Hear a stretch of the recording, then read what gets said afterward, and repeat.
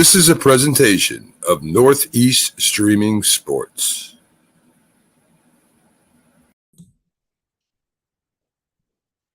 What's up, sports fans? CJ the Painkiller DeSimone, host of Weapons Hot Mission Briefs, and you are currently watching the best Sunday morning football show on the internet, the Big Football Show. Enjoy and have a great morning. I mean, you can see right now, without LeBron, Lakers are struggling. Let me tell you about a team I hate, all right? I know the Dallas Cowboy fan is here, so I had to make sure he knew how much I hate this team. I'm ready. I've often said that the people who run baseball, they try very hard to ruin it. I'm from Brooklyn. I don't have a problem saying it to his face. Oh, I'm from Brooklyn. Hey, you guys any...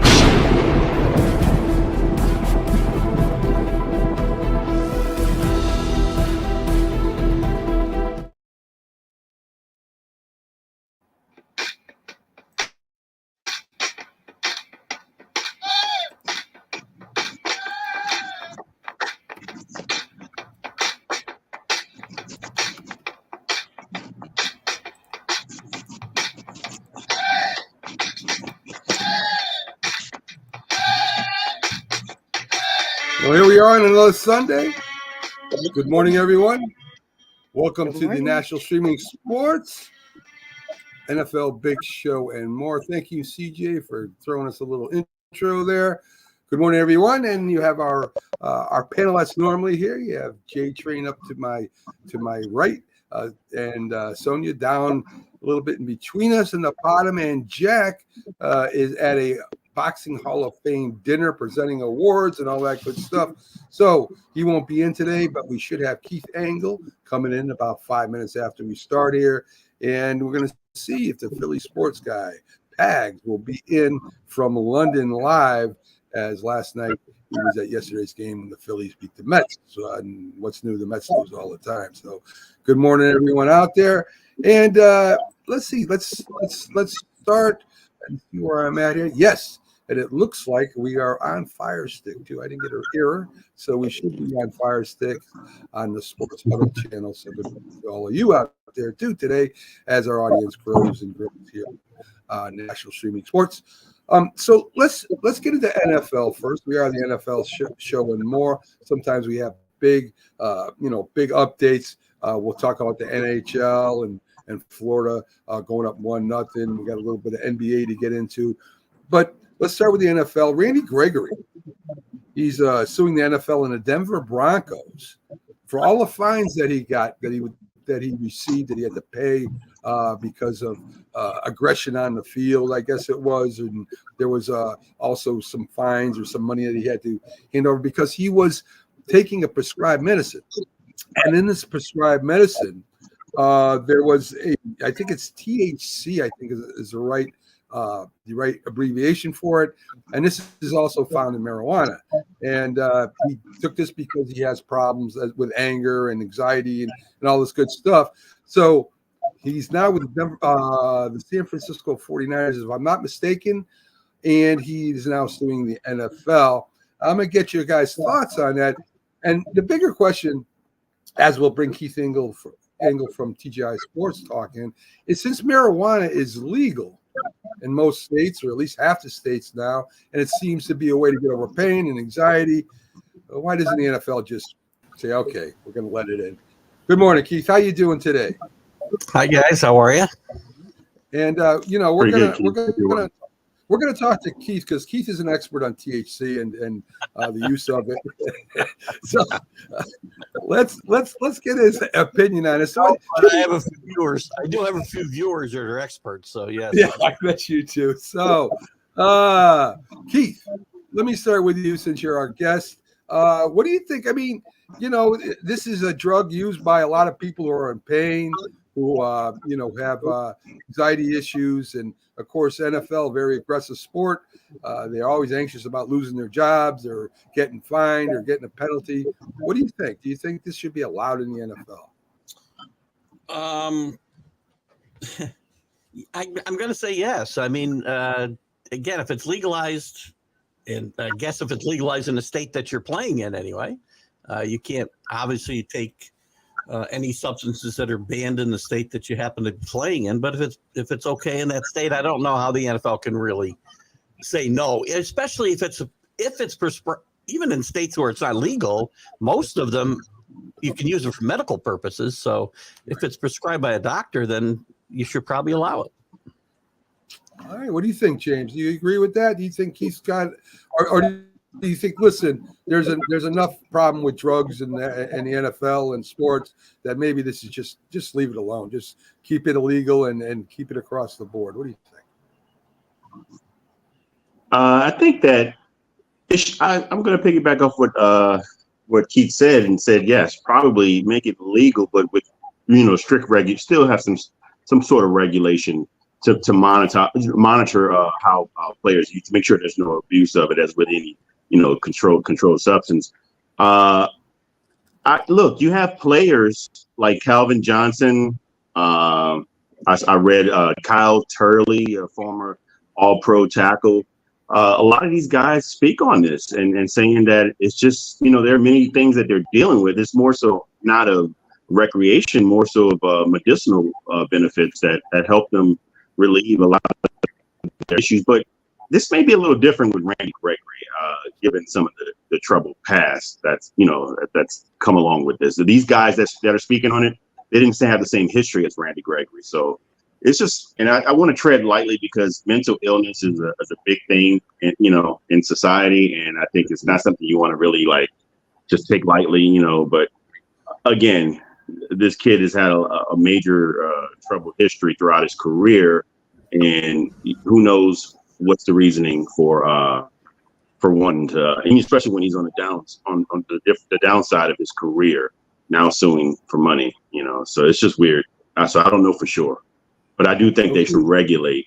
It should be allowed and it should be regulated. Good morning, Rick out there, one of our loyalist fans on National Streaming Sports, talking about Jack was at the Hall of Fame. He's only about an hour away. He could have introduced himself. I don't know if they would let you in, to be honest, Rick. I know you and Jack have some kind of connection there, but I think you got to have a ticket, and there's other things that are involved there. Maybe he would have met you at the door. I don't know. Anyway. The back door, Rick, not even the front door. Yeah, probably so. Sonia, we're talking about THC. We're talking about, it's in marijuana, and some states have it legal. As Keith said, they're prescribed nationwide now for pain and for anxiety and all this stuff. And James brings up a great point. Gregory has had a history of this, and maybe it is because of his anxiety, maybe it's not. I don't know. I think if you're going to allow something kind of and you're not kind of, it becomes murky and you still have the same problem. You either got to say, yeah, you can have it in, or no, you can't. And what do you think, Sonia? Yeah, I actually had talked with James about that on Friday when it first broke on our show about Randy Gregory. And I think, unfortunately, we just have a situation where someone's been on both sides of the battle with legalizing that in the league, and he's just using it to his advantage at this point, because the league, let's be clear, is very has been more proactive about mental health and just helping athletes across the board, including supporting them taking the breaks that they need to get that help, and then coming back, allowing them to come back into the team. And so Randy Gregory's had some behavior issues. I think the Broncos are also part of that lawsuit. And I think we just have a situation where this is a disgruntled employee, for lack of a better description. And he's been fined over $500,000 in fines for the THC appearing in medication that he's taking. This is my thing. If you have a prescription for something, no matter what your job is, then you're legally able to take that substance, no matter what it is. Your job knows that, your employer knows that, what have you. I have a hard time believing that the league is going to penalize him for something he's legally able to consume. That's just my opinion. Sonia, I agree with you for the most part, but there are certain jobs where no matter, if you could get a prescription or not, you just can't take them because of the job.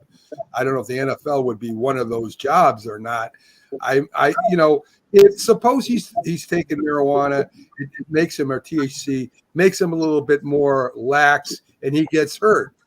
I mean, that's a possibility. I know when I was coaching at the youth level, the Ritalin is a big drug for kids to try to keep them calm.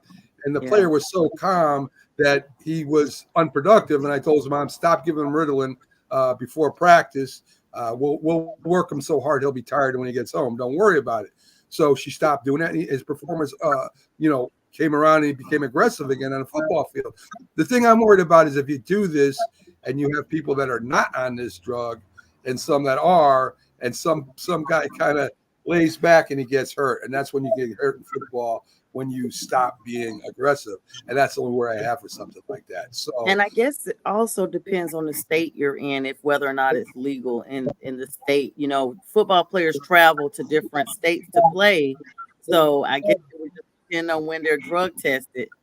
All in all, I just think it no matter if it's legal or not, I think it just boils down to him being disgruntled and him bringing this suit. I think it's a frivolous suit, to be honest with you. I would agree with that 100%. Real quick, one thing, just it's not a minor consideration, but the NFL and Major League Baseball, whoever, they travel outside of the country these days too to play games, and they have to be careful because if you don't understand the rules in other countries, the laws in other countries. You saw the Brittany Griner situation in Russia. THC. Careful, you got to know what's going on other places Very too. Good point. Very good point. Different laws for different countries, that's for sure. Harris Butker, we all remember him telling a graduating class in college for the women to embrace motherhood, homemaking, all that good stuff. And he kind of had some not bad things, but controversial, they say, about the LGBTQ community. I think I'm saying the letters right there. Buckner did supposedly help save one of his teammates' life. Let me get to the story here for you. Let's see. Major reason for B.J. Thompson, being alive. He saw there was a problem there. Grabbed the crew there, the training crew and the medical staff all went there and revived him as he went into cardiac arrest. I guess, he's not all bad. I guess you could say he did save someone's life, even though, he thinks that, maybe women shouldn't, well, whatever. You know what I'm saying? So anyway, good for him. Saved his teammate's life. And, he's got to get kudos for that, I would imagine.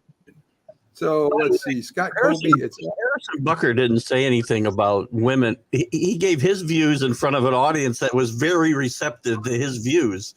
And it got picked up by the major news organizations. So he wasn't really, again, is it the right?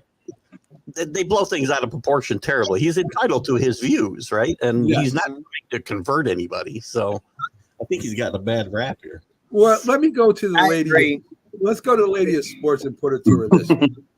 If you're going to college, you don't want to hear about his opinions about motherhood and about home care. You want to hear, hey, the market for you is good. Go out there, put your college education to work, go get ahead. I mean, that's the kind of speech that I would expect from a guy coming to my college and wanting to, inspire me to go out and do what I went 4 years of college for, that I majored in. What do I care about his idea on homemaking or whatever? But Matt, I guess Matt, I think he asked me, but okay. The school is his alma mater. It's his alma mater, and I believe it's a Christian school, isn't it? Very Christian conservative school, yes. Very Christian conservative. Yes, I think so. I think it was more so everybody's mindset is similar. It's like you said, it was receptive. They were receptive. So I don't think it was meant to be in-house. And they just got out to blow out in proportion. The media wanted to put it out there. In-house, James. Everybody has a cell phone, a mobile phone. Come on, it's never in-house anymore. Sonia, I asked you, Sonia, and the men jumped all over me. Right. I don't care. I didn't even get to speak. Wow. I know.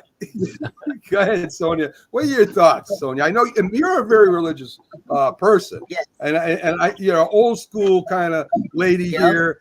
But you're also out there in the working force trying to make your way. So Am I right and they're wrong? Just say it and we'll push on. So, go ahead. I honestly think it's a blend, because you have to look at the audience it was meant for. Just like reading news articles and reading books, they're written for the receiver, for a specific person. I know this is an era where we publicize everything. If I go outside my house and someone records it, it may be viral tomorrow. If I, I don't know, scratch my head or whatever. But we just are in such an era that everything is so non-personalized anymore. That audience was for that audience. That is a very conservative school. They were receptive of the message. Someone went out there, retweeted it or what have you, and now we have this big uproar. This is my thoughts. Yes, right. I'm not very conservative. I'm conservative. I think there's a balance to be able to be a spiritual / religious person and be able to be in this world.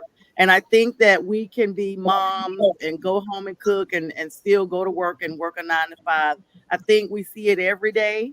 And I think this is not like a knock on women as a whole. I think he was just basically saying, hey, this is how you guys have already been raised. Let me just go ahead and put the dot behind it, and you know what you got to do. But just from my perspective and from perspective you've already been raised in, this is what you can do. But to your point, Mac, he probably could have put a nice little bow on the end and been like, some of you guys will be engineers and still doing this. And the fact that he didn't bring that in is why we have this uproar. But again, it goes back to, if I'm having a conversation with you guys and we're not on the air and someone happens to be recorded, and then next thing you know, it's out there and there's this big thing about me that no one in the world really knows. Now I'm out there. So it goes both ways. And I have been secretly recording you and James before the show, just to let you know. That's why I come on with 1 minute to spare.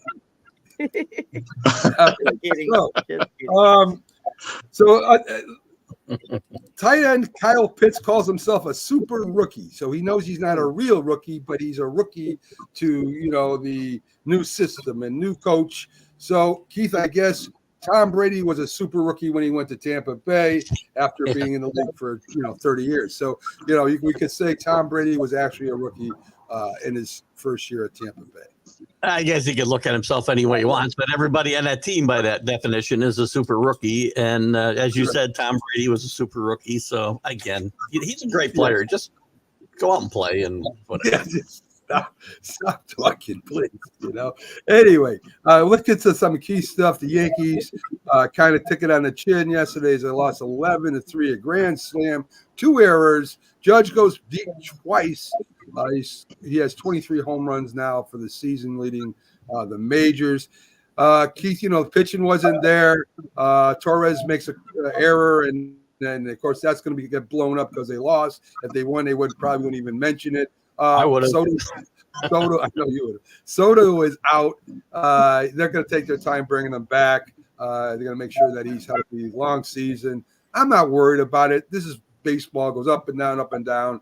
As long as you're up more than down, you're going to make it at the end of the season.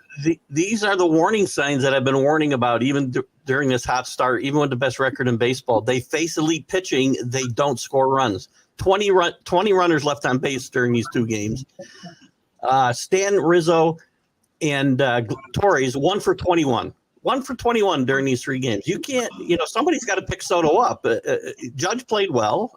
Yes, the pitching let them down. But to me, this is another warning sign of what happens when the Yankees run into elite pitching in big series. And they've got to find a way to manufacture runs, and they can't do it unless they're hitting home runs. Yeah, it's true. It's true.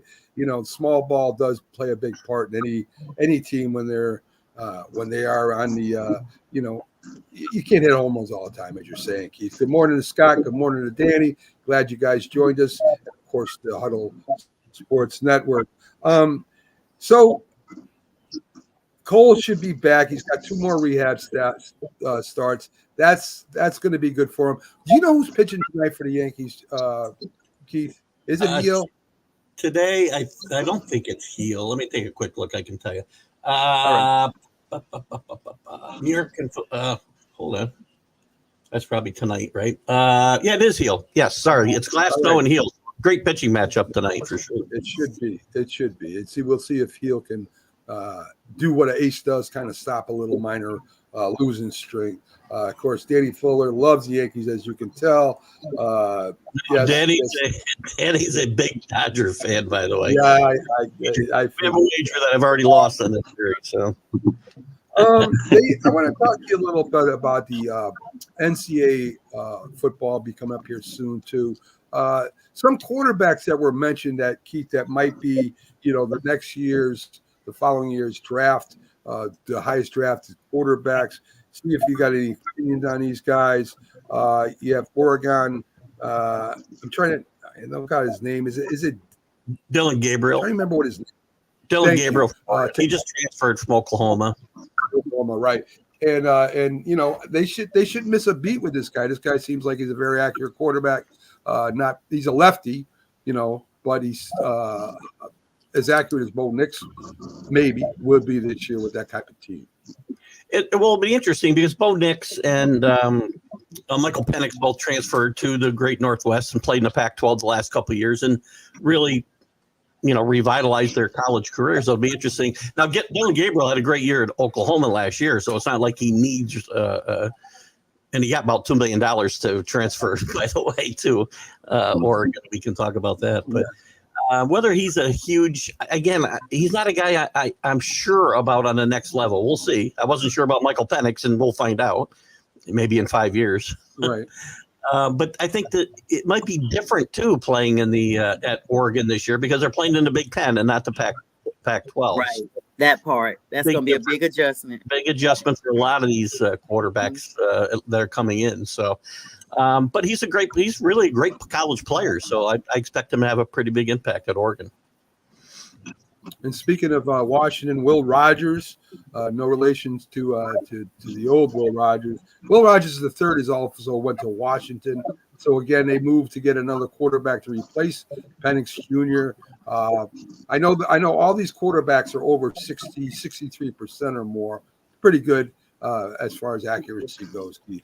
So, yeah, he's a good player. Washington, obviously, the coverage kind of bare there when between the guys that graduated from this team that went to the national championship last year and Kalen DeBoer going to Alabama and some players following him.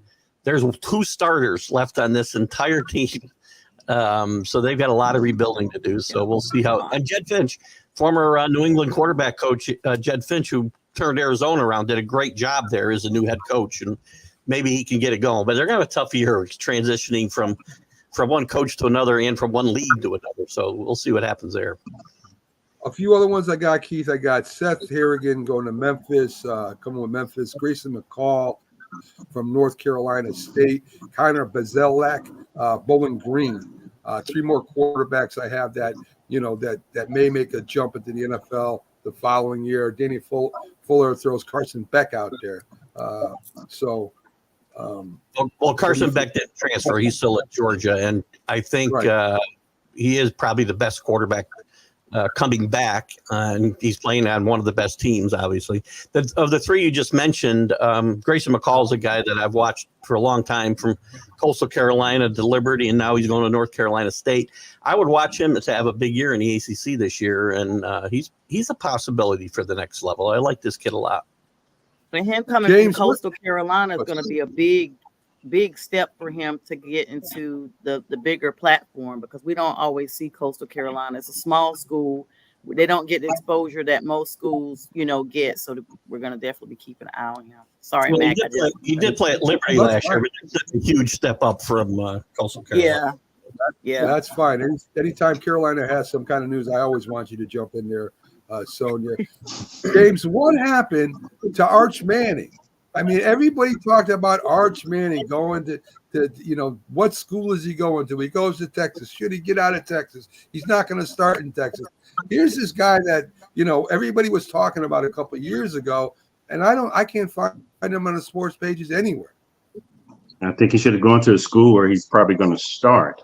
The kid that was already there at Texas is a really good quarterback. I can't even think of his name, Keith. Quinn Ewers. Quinn Ewers. Yeah, exactly. Yeah, he wasn't going to beat him out, especially coming out as a true freshman. I think he'll wait his time there, which I'm pretty sure if his family's giving him advice, he'd probably tell him to just stay put because Quinn Ewers is probably coming out 2025, right? Yeah, most likely. There was some talk about him coming out this year, but he had some injury issues. And he didn't play great towards the end of the year last year, Quinn Ewers. The team is still playing well. But listen, Arch Manning, he was in the news here just a month ago. He lit it up during spring practice and the spring game. And there's a lot of – don't shake your head, Mac. He played great football. He played better than Quinn Ewers in the spring practice game against a very good Texas defense, by the way. So Arch Manning, maybe he made the wrong choice. Don't know. I was very vocal when he was making his choice. It would have been a best story if he'd gone to Ole Miss, where his grandfather went to school and his father went to. I'm sorry, his uncle went to school. I'm sorry. Yeah, his uncle. Correct. His grandfather and his father went to Ole Miss, as did his uncle. If he could have gone, you're right. His uncle. A great story, but whatever.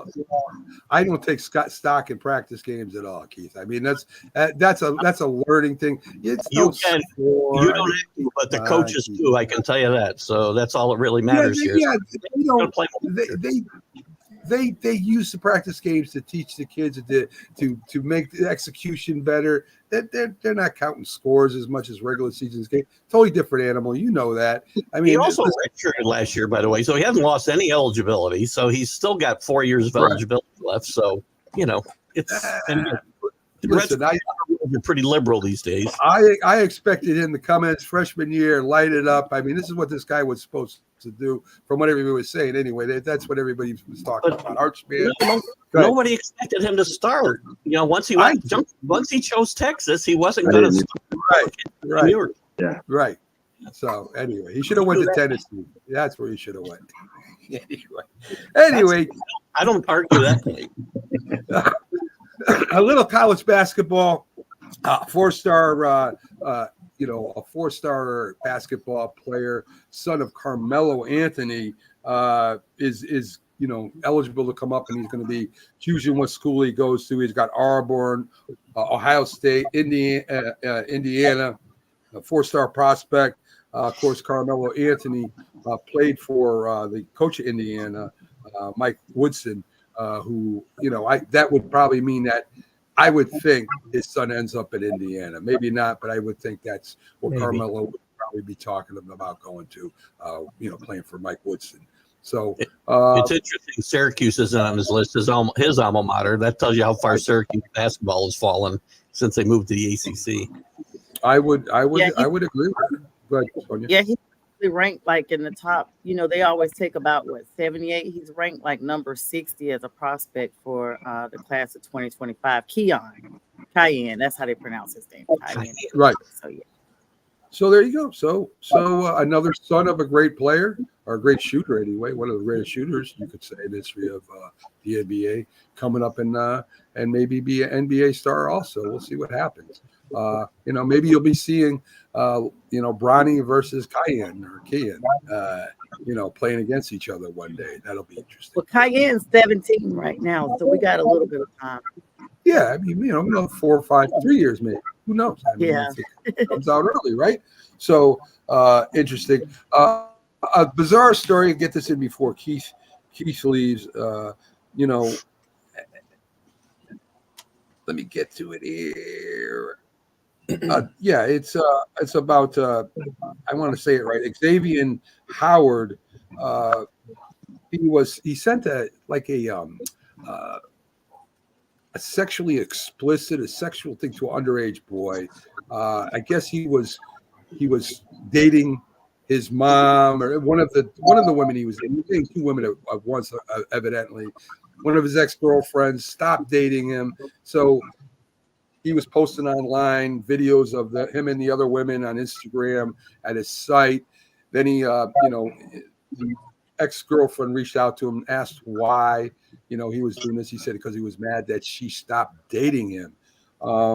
Xavier, he's a free agent, if I'm not mistaken, was playing for Miami before he left. And what purpose does this do? I mean, it's just disturbing to me, Keith. I don't know what a guy thinks when he does something like this. Well, it's not like people. I read some people comparing it to the Wander Franco situation with Tampa, and it's totally different because they're trying to play that off as a cultural thing, and he was with a much younger girl, I think, and it wasn't just pictures. So, again, I don't know what these guys think about. You're a football player. I would think you can find somebody age appropriate for whatever activities you want to participate in, but they don't seem to have the same amount of brains as they have notoriety. So I don't understand at all. It's just crazy. And on that great happy note, Keith, I'll let you get over to your show. Everybody check out TGI Sports Talk, one of the best on the network. Keith, have a great day, my friend. Have a great Sunday, guys. You too. Okay, Sunday. So just to continue a little bit more, because I don't want to spend a whole bunch of time on this, James, you imagine sending this to the girl, the woman's son. This is kind of, I don't know what you get, what kind of jail time you get for this, but the kid's going to see his mom doing this kind of stuff. This is really, really weird. You put it on Instagram, you can take it down, but when you're sending it to his phone, and he got the phone because she used his phone to contact him, that's just disgusting, really. That's just all kinds of level of immaturity and just maliciousness. You really have to really have vitriol in your heart to basically expose someone else. And you're exposing yourself, but when you're putting somebody else's business out there for everybody to see, and it's hard to get that back. If somebody's got that, that's terrible, man. You just, somebody breaks up with you. There's that old adage about there's billions of fish in the sea. Go somewhere else, man, and do something else, man. That's just a terrible thing. You don't do that to somebody, man. That's just really bad. And then, like you said, if I'm a son, my mom, we left my parents divorced when I was 3, and somebody did that to my mother, man, I wouldn't know what to think. I don't want to see my mom like that and not be devastated, to say that it happened to her. She's embarrassed. Our family's embarrassed. Everybody is just a bad thing. So yes, this guy, I don't know. He should get some legal stuff, because I think you legally, this is where Sonya probably should come in legally. You can get in trouble for that. Yes.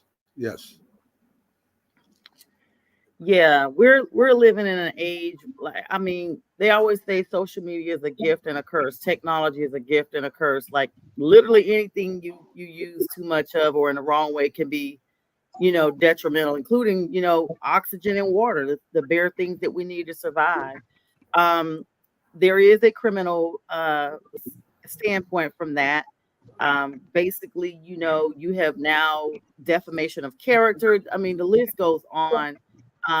You get into whether or not something was consented to be recorded. You get into so many different layers of that.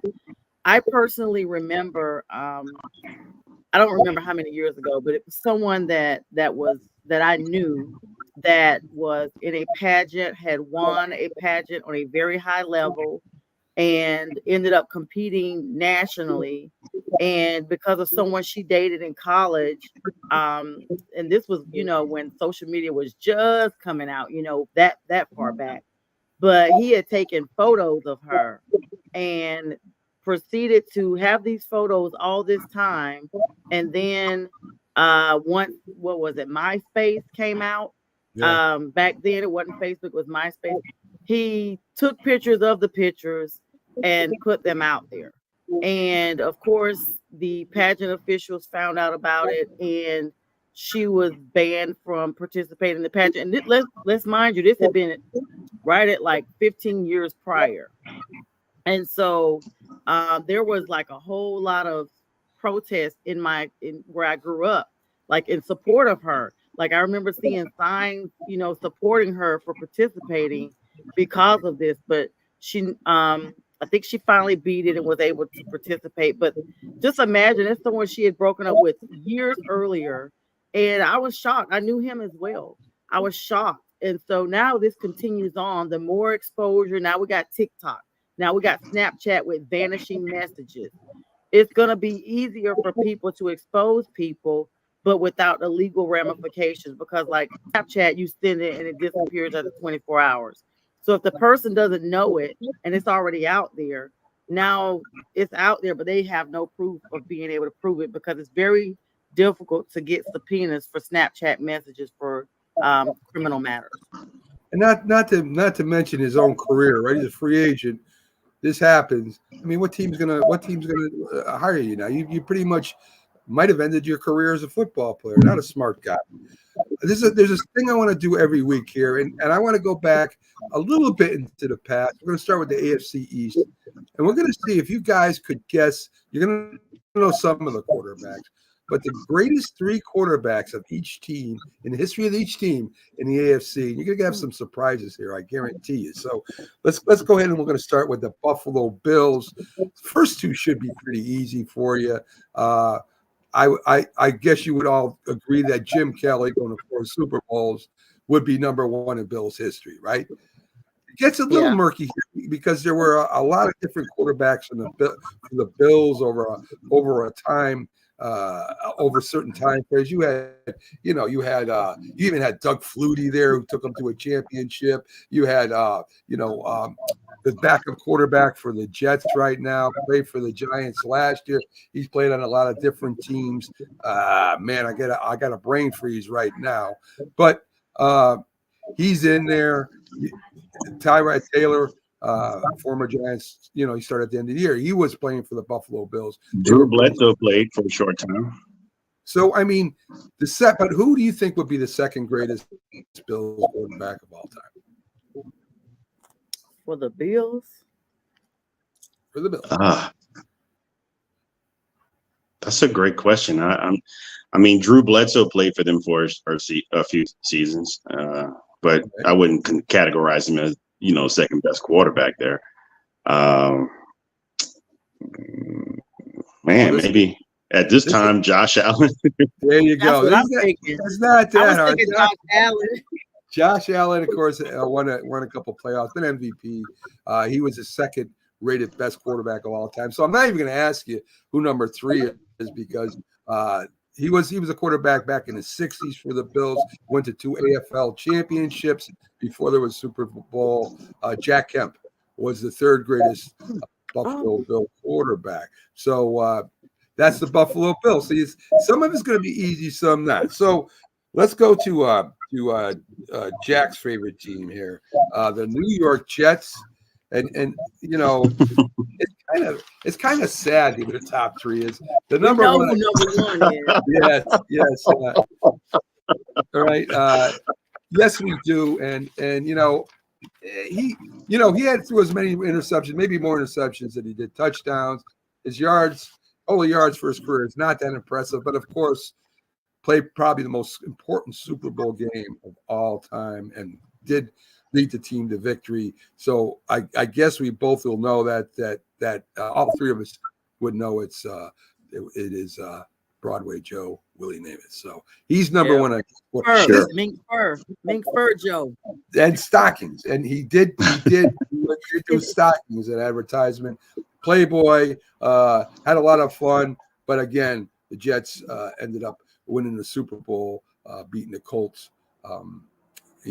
Probably the most important Super Bowl of all time, if you want to talk historically. So he's number 1.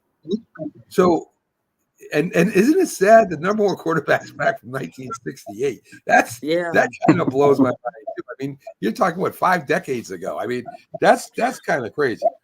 So the Jets, is number 1 is Joe Willie Namath. Who is number 2? I'd say Chet Pennington. That's a good guess, but wrong. No. Okay. I can't think of his name. I'm having a brain freeze too. He's he was on the team in like 78 or early 80s. Oh God. I got so many names. Vinny Testaverde. There you go. You hit number 2.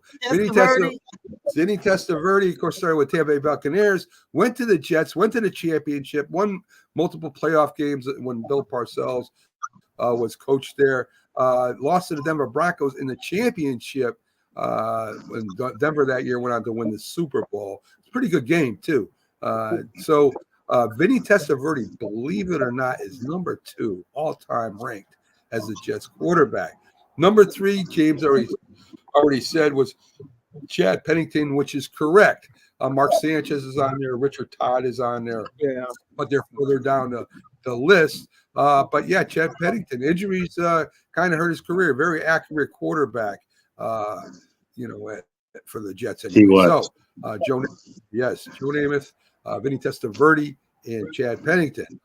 The Dolphins. This is where a little controversy comes in on my account, and on my part, probably nobody else thinks it's controversial. The number 1 quarterback of Miami Dolphins. Who would you guess? Marino? Jeff? Yes, Sonia says Marino. I knew you were probably going to say the guy that won 16 games. Brian Greasy's father. Bob Greasy? Bob Greasy? Yes, but Yeah. he didn't win. He didn't win all those 16 the perfect season. He didn't win all those games. There was another quarterback that's third that did do that. Bob Greasy went to 3 Super Bowls, winning 2. Marino went to 1 Super Bowl, winning none.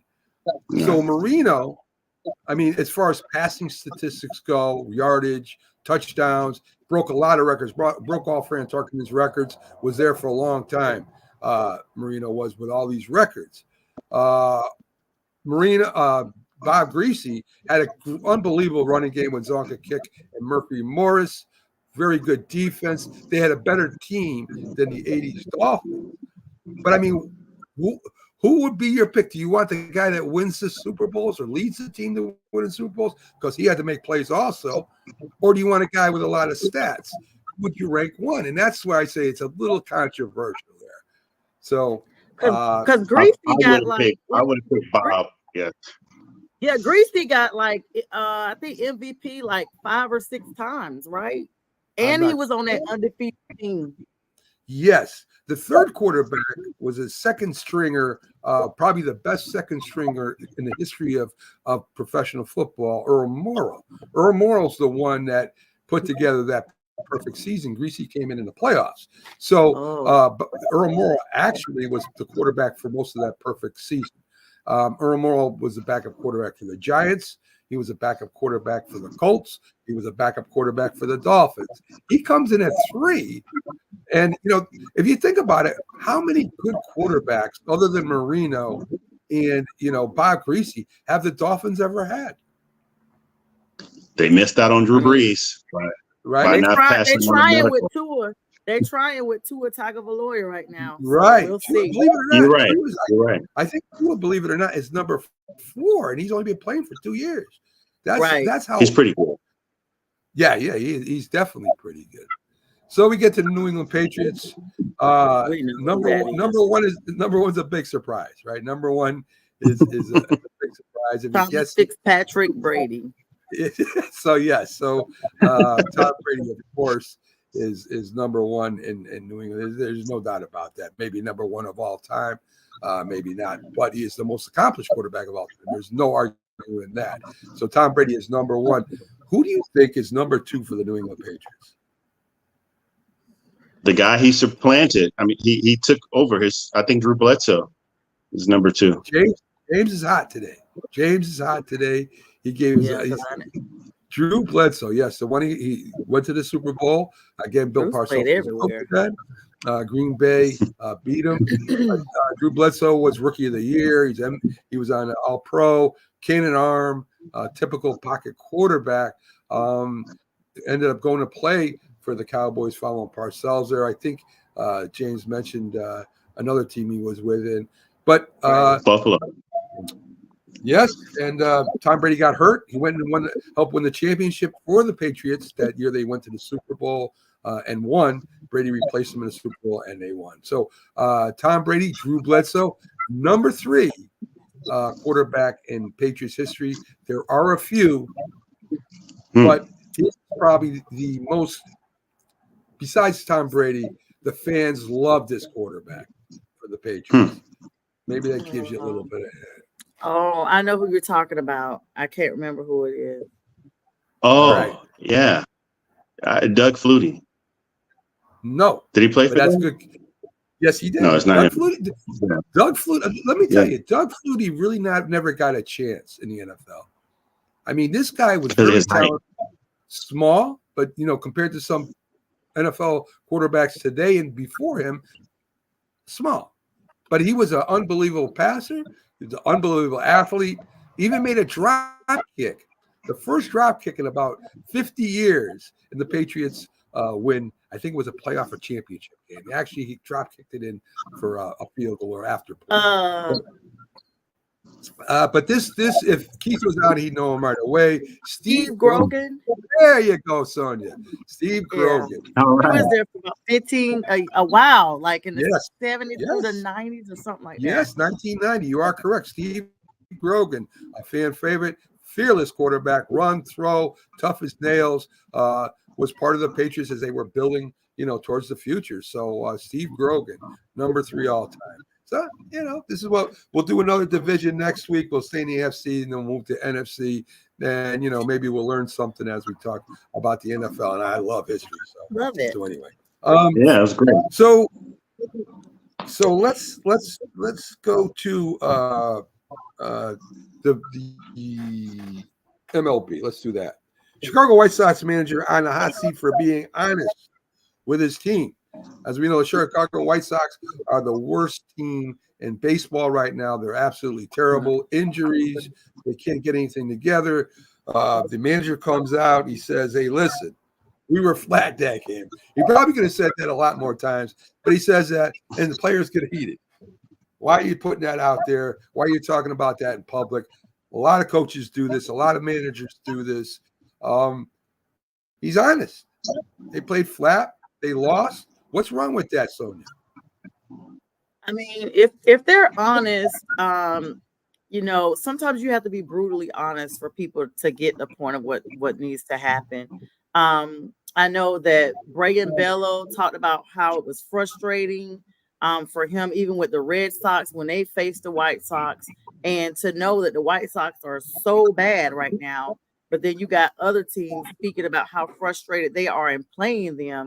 It says a lot. But across the board, I think people sometimes have the cotton ball syndrome that everybody's supposed to walk around and, be super, super sensitive to everything. Football is not that sport. Baseball is not that sport. No sports professional or professional level is that sport. This is not Pop Warner or rec ball. And even that, they start to teach you at an early age to toughen up. I think that sometimes harsh realities are needed to get the results that they want. If you just go around and placate everybody's feelings all the time, you're never going to have the success that you're looking for, not only from a professional standpoint, but just life in general. If something's not going the way it should go to make something successful, it needs to be verbalized, no matter how harsh that reality may be. Including the point of, basically telling them, hey, you guys suck. You absolutely suck.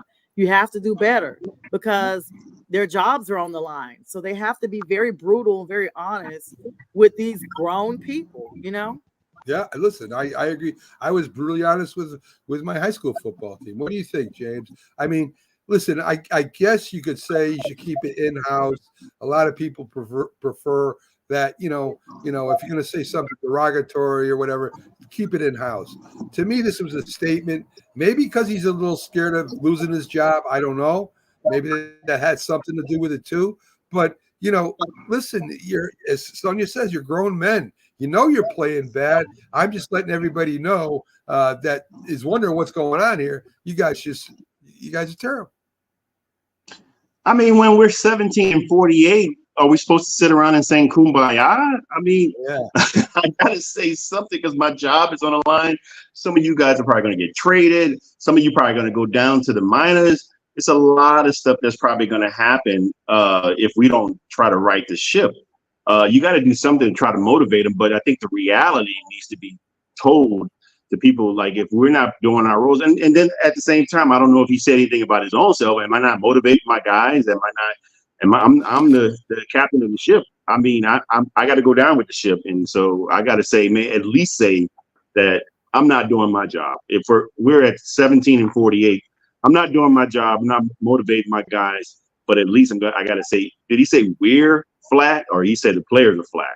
The team played flat. Is exactly what the team played flat. I mean, you gotta, yeah, okay. So you gotta say, I mean, he's right. The team played flat. You gotta call him out, but you gotta.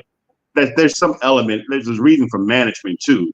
I mean, I work in management. I got people that not doing their job, but at the same time, I gotta let them know. I mean, I gotta take responsibility for you not doing your job. And so you gotta take responsibility for not doing your job, but I gotta say, okay, it's on me to not put you in a proper position to succeed. And if you don't succeed, you're still not doing your job, then hey, you got to get penalized for it. But these guys, if they're not doing their job, man, then it's I guess it's okay for them to say that, but you got to take some responsibility as well. Okay, I agree with that. We're going to take a quick break. We'll be back on the other side, and we'll continue with MLB. Stay with us. This is a Huddle Sports Network broadcast. You can find us on Roku TV, Amazon Fire TV, Facebook, and of course YouTube. Get all your NFL news here first.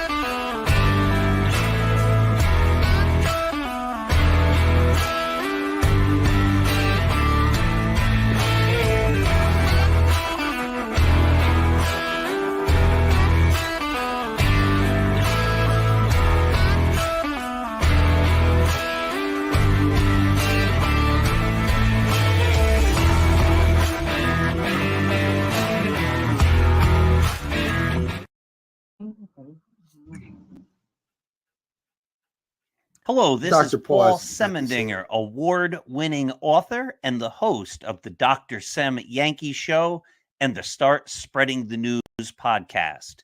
And you are watching The Big Football Show, the very best football show in the entire world. And it's here on the Northeast Streaming Sports Network. Enjoy.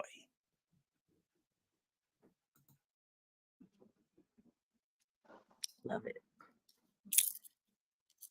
Kind of personally there. He was really stringent in telling that people that stock. I appreciate it. Yes, they do. They need to do better. You are correct. There's probably some Chicago fans over there on the Sports Huddle Network. So there's some hot takes that I was reading about, and I kind of took a few of them because some of them weren't so hot. But some hot takes from the MLB. This is from the Bleacher Report. Aaron Judge will hit 60 home runs again this year. What do you guys think about that hot take? Oh, he's been on fire. You know, we've been on home run watch for him since last season. And I remember everybody like, hey, will he hit this number? Hey, like literally every game, people that were not even fans of the team or Aaron Judge were literally just watching him to see if this was going to be his record-breaking come out. So here we are again. Now he's at number 60, and we're not even done with the season yet. So, you know, it's almost like, in my mind, I think he's I know for number perspective, it may not be the same, but he's kind of like akin to Ronald Acuna Jr. for the Braves. Like people were always watching to see what records he was breaking, and now here we are. I'm excited about it. I hope, you know, Aaron breaks records again this year. He's very talented, and so no surprise that we're back in the same spot we were last year watching him. You know, James, he almost got the Triple Crown. He almost got RBIs. He almost got the batting average championship to go with that home runs. He came out of a game where he could have maybe, if he went 4 for 4, would have got that. But they took him out, resting for the playoffs, whatever the case may be. They don't talk about what a fielder is either. He's 6'8", I don't know, about 260 pounds. The dude flies around center field. He's more than just a home run hitter, right? I mean, he's a complete ball player. He's got a great arm. He's got great speed for a big man. He takes extra bases. He's, if Ohtani wasn't there, Judge would be everything. Ohtani and him are going to go at it this year. There's no doubt about it. But what do you think? Do you think he breaks at least 60 home runs this year? I mean, where we are right now, he has the potential to do it. I mean, at 20, he's 23 now. He had two last night. I'm more so inclined. I mean, because everybody has a drop-off period. I would say around 45, 50. Yeah, 45. I'm more around. Oh my God! Wow. He got that in practice. Yeah. No, that's fine. That's fine. There's no reason you can't say that. Listen, I don't know. I want to see if he can, if he maybe competes for the Triple Crown this year, because he's been batting not just for home runs, been hitting the ball really well. I think that might be more of an accomplishment than hitting 60 home runs.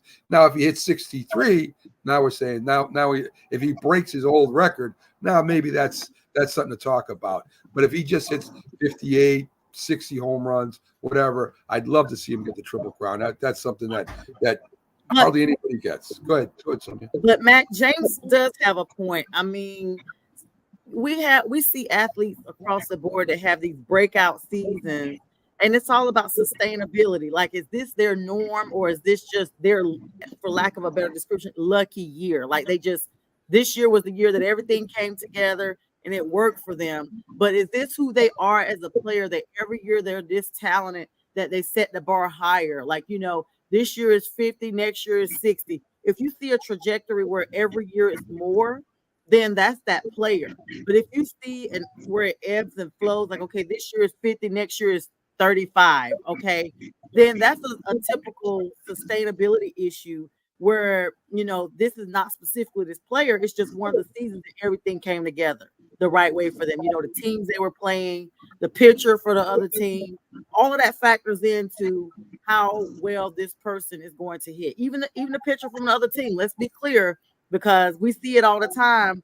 They're able to throw errors, they're able to throw foul balls, they're able to throw strikes, and that all affects whether or not Aaron Judge will actually be able to hit that 60 mark or not. Well, there's tons of factors, even more than that, Sonia. Injury comes into play. Is it injury and take you out for the season, or you play through injury? There's a lot of things. The thing that Judge has that he hasn't had, and he's been hitting 50 home runs when he's healthy, if not more every year when he's healthy, is Juan Soto. Juan Soto is batting behind Aaron Judge, and that's a huge thing. When Maris hits 61 home runs, Mickey Mantle's sitting behind him. You got to throw to Maris. You can't walk him, and Mickey Mantle's going to hit a home run off of you. That's a lot of importance. All great home run hitters. Ruth and Garrick. Whoever was backing up, who was batting behind Ted Williams. I forget who it was. I used to know. But anyway, that's very important. You can't walk this guy, and that's what helps these home run hitters achieve those unbelievable numbers that they get. This is something that if Soto stays with the Yankees for the next few years, you're going to be seeing Judge hitting consistently over 50 home runs if that's the batting order and if he stays healthy. So, there's tons of different variables. A lot has to do with who's batting in front of you, who's batting behind you, and of course you putting out the rest of them. So it's going to be interesting to me to see what happens there. I really don't care if Judge is 60 or not. I just want to see the Yankees in the World Series, being a Yankees fan. That's all I care about. I don't care how we get there. Just get there, right? So anyway, and you're right, because right now Soto has 35 home runs. So you would think that Judge has got to hit more than 35 to stay relevant, with the Soto being hot on his trail. He definitely can't just hit 50, because, like I said, it's still ongoing, and the Soto's already at 35. So you're right; he's right behind him. Sonia, Soto's not at 35 right now. There's nobody at 35. Oh, he's not? I think he's at 15. I think you're misreading that. I think he's at 15 or maybe whatever, because Judge leads the league with 23. So I think they maybe adding him as a duo. The last 30 games. Well, yeah, maybe as a duo they got 35. I don't know. That could be too. I'm not sure. I know Soto's up there close to 20. I know that for a fact, but I know he's not beating right now 35 home runs. If he was, I'd be forget it. I'd be over the moon right. But anyway, so there are only and this is something that a lot of people have been scared about with all the wild cards, right? Normally, teams that make the wild cards are at 500 or better. It might not happen this year. You might have a couple teams from the National League. The National League's very top heavy. They got some really good teams at the top. Right? You got the Phillies, the Dodgers, the Braves. I'm probably missing a team or two. Very good. But a lot of the league is very, very average to below average. So right now, of course, we talked about the White Sox, but you also have teams that are very close to losing almost 100 games right now. So you might see a couple teams get in there with like an 80 and 82 record. And of course, this is something that nobody wants to see, right? Nobody wants to see a team like when it happened in football. You're 7-9. Nobody wants to see, you in the playoffs. The difference was they won their division, right? They didn't make it as a wild card. They won the division. But you're going to have wild card teams perhaps in the National League with a losing record. What do you guys feel about that? I mean, do you think maybe we got too many wild cards? Maybe there's too many teams. I know it keeps the fans' interest. I know that the fans are going to watch longer if their team has a shot to make the playoffs. But is it good for baseball? What do you think, Jay? I mean, go ahead, Sonia. Go first. Jump in there. Go ahead. I mean, right now, the Milwaukee Brewers are above 500, but you got the wild card for the NL League with the Reds and the Giants below 500. Right. I mean, close to it, but still below. But they still may make a run for it in the wild card. And then you have the AL wild card with the Minnesota Twins still in it. I mean, they're above 500, but like you said, by the time this is all said and done, we may be looking at we're looking at all these teams that we as the viewers know they're subpar, but there's some kind of way eking in. And I think it is a scenario that there's absolutely too many wild cards, especially when they're playing so many games and there's so many more teams in baseball that are competing for this. I just think it gets very convoluted once you kind of see that these other teams are so much higher, because you got, certain teams that are already way above the 600 mark, close to 700. But now you're considering this team that's like a 492. That's crazy to me. What do you think, James? I mean, it's good for the small markets, right? I mean, it's good for, not just the small markets, but for the fans of teams that, if they get look what happened to the Diamondbacks. They get in as a wild card. Nobody thought anything was going to happen. They end up in a World Series, right? Yeah, look at that NL Central. I'm looking at this division, and the whole division is maybe 5 games difference from being from the bottom being on the top.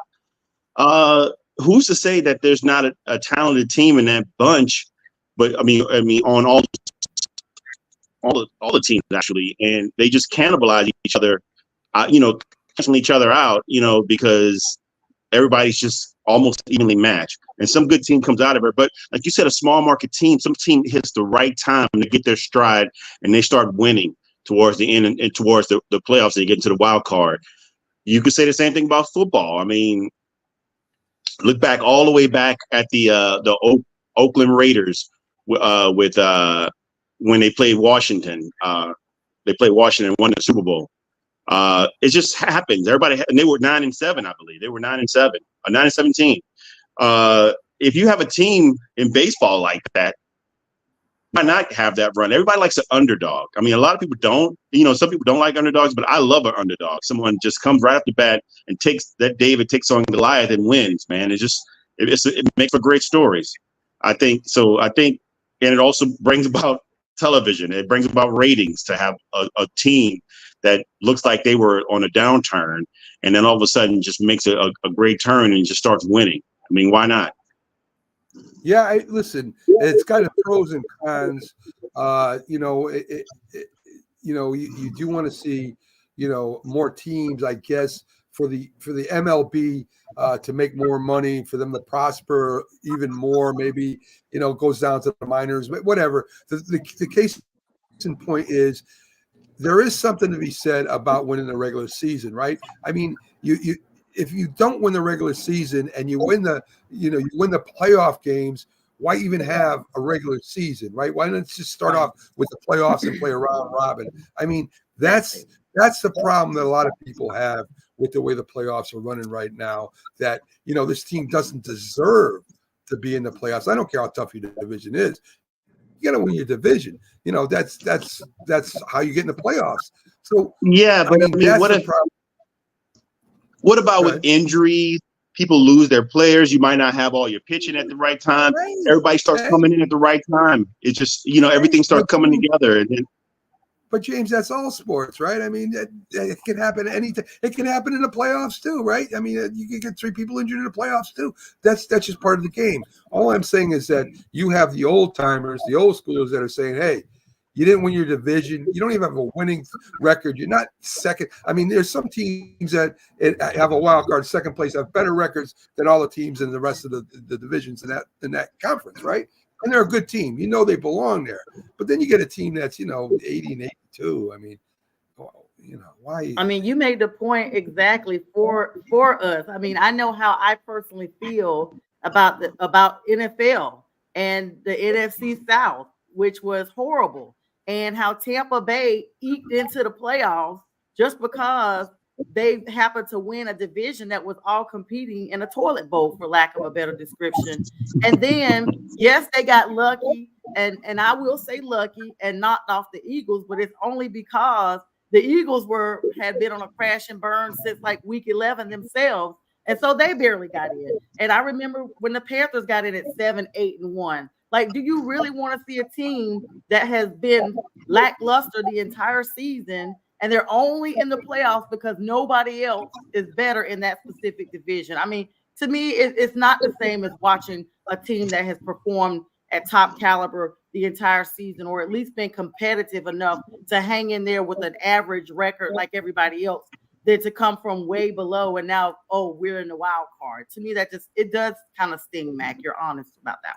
Well, I mean, it's been debated forever, so we'll see. We'll see if that ever. I don't think it'll change. If you have a losing record and you win your division, they're going to let you get in because they have a lot. Yeah. There's a lot at stake in the division wins. Anyway, but there's comebacks. Pete Alonso. We see underdogs do it. So. Yes, Pete Alonso, the polar bear, first baseman for the Mets, broke the rookie record of home runs a few years ago. Having an okay season, not his best. His batting average is low. He can hit you a home run every now and then. A good first baseman, not a great one. But the Mets are, as you saw, last night, and you've been seeing all year, the Mets are not going anywhere this year. If they trade Pete Alonso, maybe they get some players in return. If they let him go to free agency, they get nothing.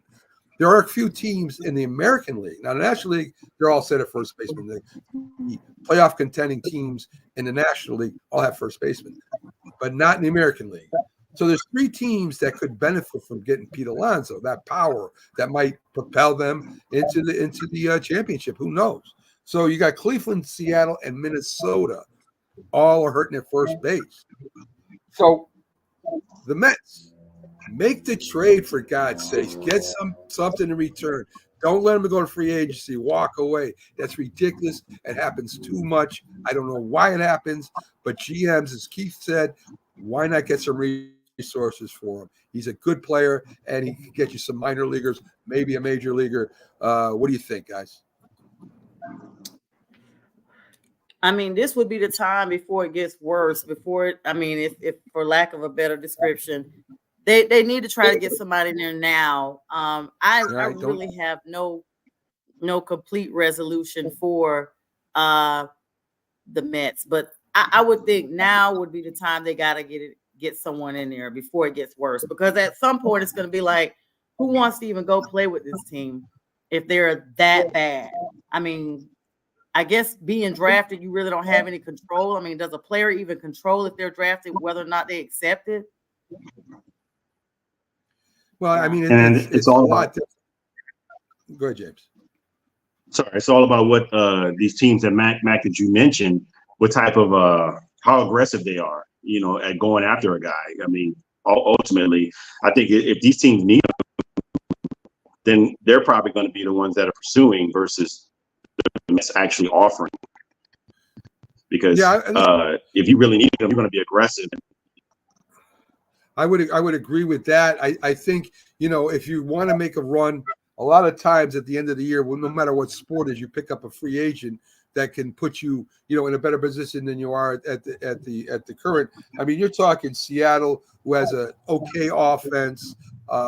They're I think they're first in the West out there. They need a little bit more offensive pop. And you got Minnesota and Cleveland, both in the Central, and that's pretty tight over there. So he could benefit. You know, he hits that home run, drives in a few runs, puts you over the top. The crazy thing about the Mets, and I know we've talked about this before, is it goes to show you, no matter how much money you have, you've got to have the personnel in the front office to make baseball decisions. George Steinbrenner, first one to do it, really buying a team, but he had GMs and directors of operations in position that to know who he should go get, what they needed to make the team complete. Right now, the Mets don't have that. And I don't care if you've got $500 billion. If you don't have somebody that knows how to run that type of business for you, you're not going to do anything. And that's what the Mets got to concentrate on, to me, in the offseason, is to bring in some real baseball player that they have to, you know, that knows what to do, what players to pick up, why they're picking them up, where they need help, where they don't need help. That's very important for the Mets, I think, this year upcoming. So that's my conclusion on the Mets. And, you know, I don't hate the Mets. I just I feel sorry for them right now. That's all. And that's too bad. So anyway, let's pop back in the NFL for a minute. I forgot to mention this story: class action lawsuit against the NFL. I imagine everyone's seen it. It started by a small bar, believe it or not. And I'm not sure exactly where. I think I heard North Carolina. I'm just saying that so Sonia's happy about the story. They suing NFL. I think it's ticket. You know, we have to pay $100 to see all the games. Yeah. And these fans, for instance, the Giant fans that are in Carolina, can't see the Giants play unless they buy this for hundreds of dollars. So this bar sues, and I think other people have jumped on this train here and saying, listen, I want to see my team. I don't want to spend $300 to watch my team play football on Sunday when it's available on other outlets. So the NFL is in a predicament right now. They would have to deal separately with each team's broadcasting to make it cheaper for these other people to see their games. Now, NFL says it's not good for football for some reason. The reason is ridiculous to me. Listen, if I live in Alaska and I can watch the Giants and I'm a Giants fan, why do I have to buy a ticket that has everybody else's team on it? I don't want to watch the Saints or the Panthers say. You know, I don't want to watch these other teams as you would want to watch your teams. So good or bad, guys, I mean, it may cost more money for the NFL to do this because they're going to have to negotiate more people, more teams. But I think this should be about the fans, right? I mean, this is I'm waiting to get my letter in the mail about this because both James and I live in Atlanta, and they don't ever play Panthers or Saints games because we're in the same division, so they're not gonna give us the airways anyway. That probably is the most about the NFL. That's the most thing that makes me most irate every season is I have to go through leaps and bounds to even hear. I mean, there was a time I was literally going to the Panthers network on the internet trying to audio hear the games. Or, I mean, you got to go the illegal way. Let's be clear. People have Fire Sticks and all this stuff that's broken to watch these games. And I'm affected by that 2012 to 2022 or whatever it was. This is an issue over airwaves. This is an issue over satellite and all this stuff. And the subscribers, the fans are the one that's being penalized. since they're seeking $7 billion in $7.1 billion in damages, because this is going to be federal, because it affects people in different states. So it goes from wherever the state that originated this lawsuit is going to be. I don't know what state originated. Maybe it's Carolina. Kudos if it is. But because this affects a broad amount of fans nationwide, it becomes federal. And under the federal law, the damages are now triple. So now the NFL could be facing $21 billion that they have to pay out instead of the 7.1. All in all, we probably don't get $5 per fan. But nonetheless, I will join in when I get my letter, because it is stressful, Mac. It's stressful. I've been, and James probably the same way. I mean, you live in New York, you can see the Giants. I mean, Connecticut. They show the Giants up there all the time, unless they're showing the Patriots, I'm sure. But for us who are in the same, a rival division, we definitely never see it unless they're playing the Falcons, basically. And so, I mean, there was one day, real talk, and then I'm going to let you guys have it, because you can tell I'm very upset about this. One day, I remember like a couple of years ago, they had it on the guide that the Panthers were supposed to play. I turned to the game like, okay, the Falcons are on a bye week. Do you know what was freaking on TV? Freaking racing, not even football at all. And they had advertised it. So rather than show us, even though the Falcons weren't even playing, we couldn't even get the airtime. I'm sick of it. I hope that the NFL is liable for this. I hope that the cable providers, direct, whoever, Sunday Ticket, I hope that they have to pay out the wazoo, because no one basically lives where they watch, where their team is anymore. It's just a transient world that we're everywhere. And I'm very passionate about that. And I'm going to be quiet now. So, okay. James, you aren't the only one. I can't see the Giants sometimes either when they're in our area, because there's something else going on. We go through hoops and ladders to try to figure out how to get it. Sometimes we do, sometimes we don't. But it's chaos, right? I mean, you want to watch the Giants playing whoever they play. I don't care if it's a bad team, or the team we're supposed to beat. You still want to watch your team play, James. So I guess your sentiment's going to be the same as Sonia's. Listen, I'm a fan of the team. I pay for this cable, or I watch these advertisers advertise. I take my time. I want to see my team play, right? Well, I subscribe annually to NFL Plus. I mean, this is a little bit less in cost than the NFL ticket. I don't want to pay for that. I don't want to watch everybody's game. But I have, and it's inclusive of night games and preseasons and replays.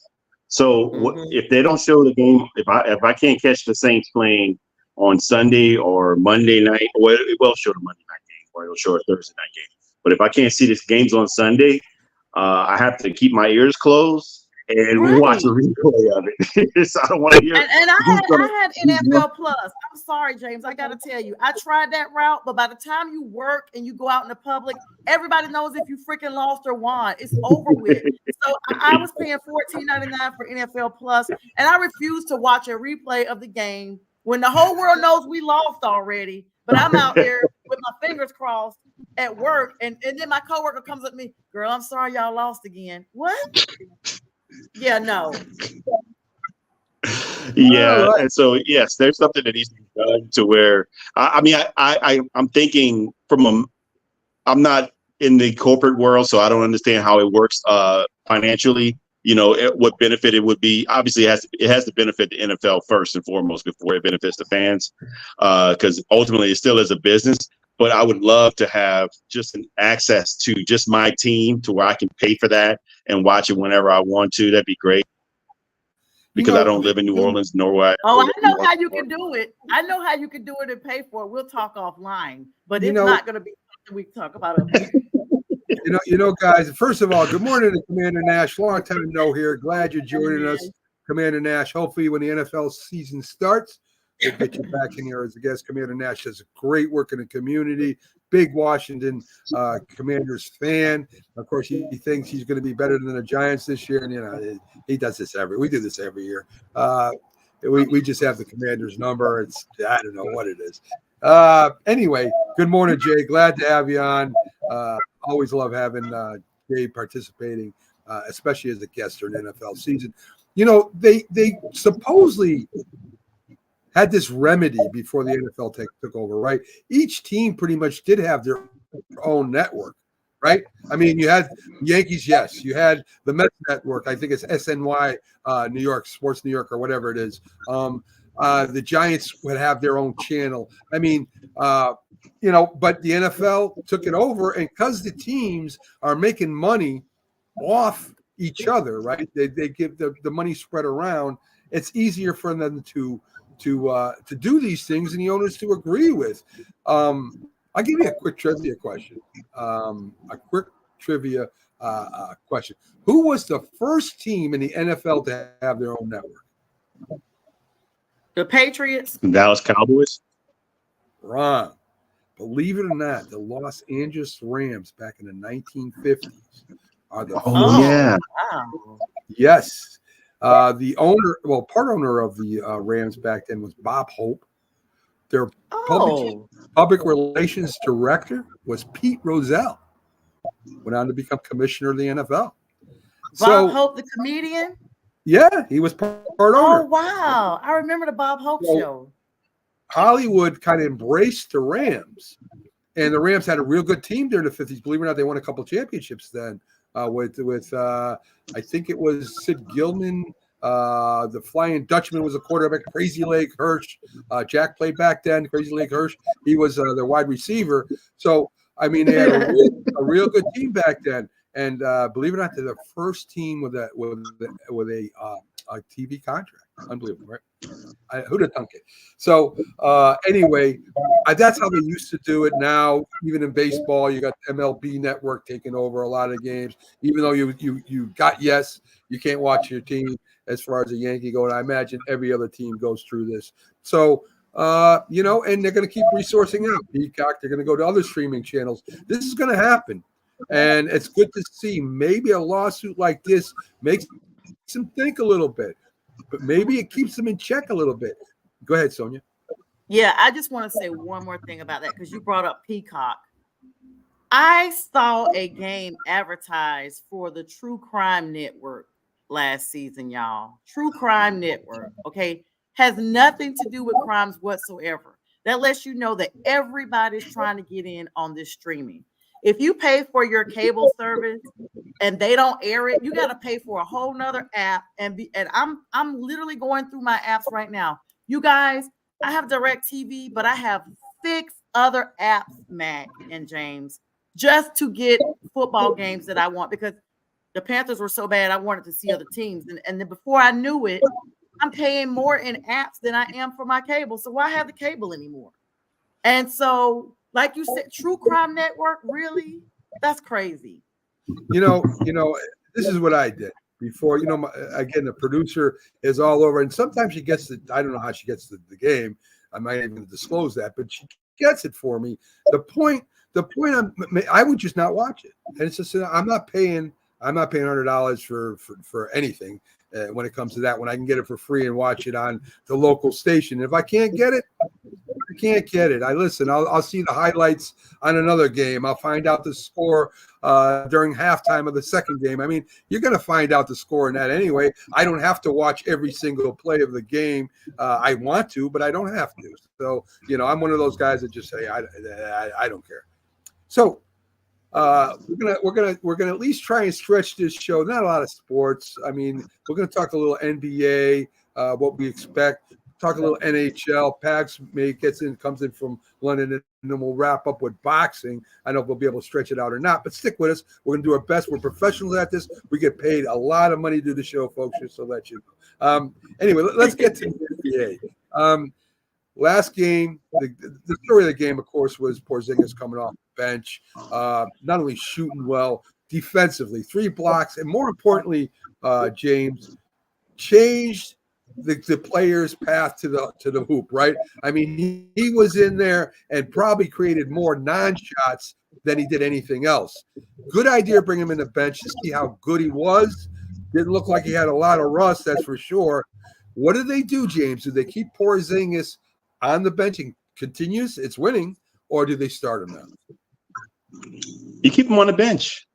You keep him on the bench, limit his minutes, because who knows how healthy he is, and allow him to do what he did in the first game. I think Dallas is going to they're going to figure some things out and try to get around him. But again, you got a 7-3 guy standing in the middle there that can shoot and can block shots. And so that changed the dynamic of the whole game, the whole series, I think. And as we talked last Wednesday, saying that he's the X factor, he really is, as long as he stays healthy. That's the big if, because this guy's whole career has been based upon availability or lack thereof. And so hopefully, if he stays healthy, I got them just winning in the series in 6. And I because Kyrie Irving and Luka's game is based upon driving in. I mean, it's tough. I mean, Kyrie's, and then you can't just say Porzingis. Look at Jaylen Brown, 3 blocks himself as well. So Listen, the Celtics just got a great team. I mean, you could say that, and this year they have the best team in the NBA. To beat the Celtics, Sonia, Kyrie's going to have to score more than 12 points. He's going to have to take it to the hoop more. And as James said, listen, they are a great assist team. Kyrie and Luka both. They both are great at assists. They didn't do that. For some reason, there was more one-on-one basketball. You're not going to beat Boston doing that, Sonia. So Kyrie, number one's got to score 25 to 30 points, and they got to be able to pass the ball around and move that ball around.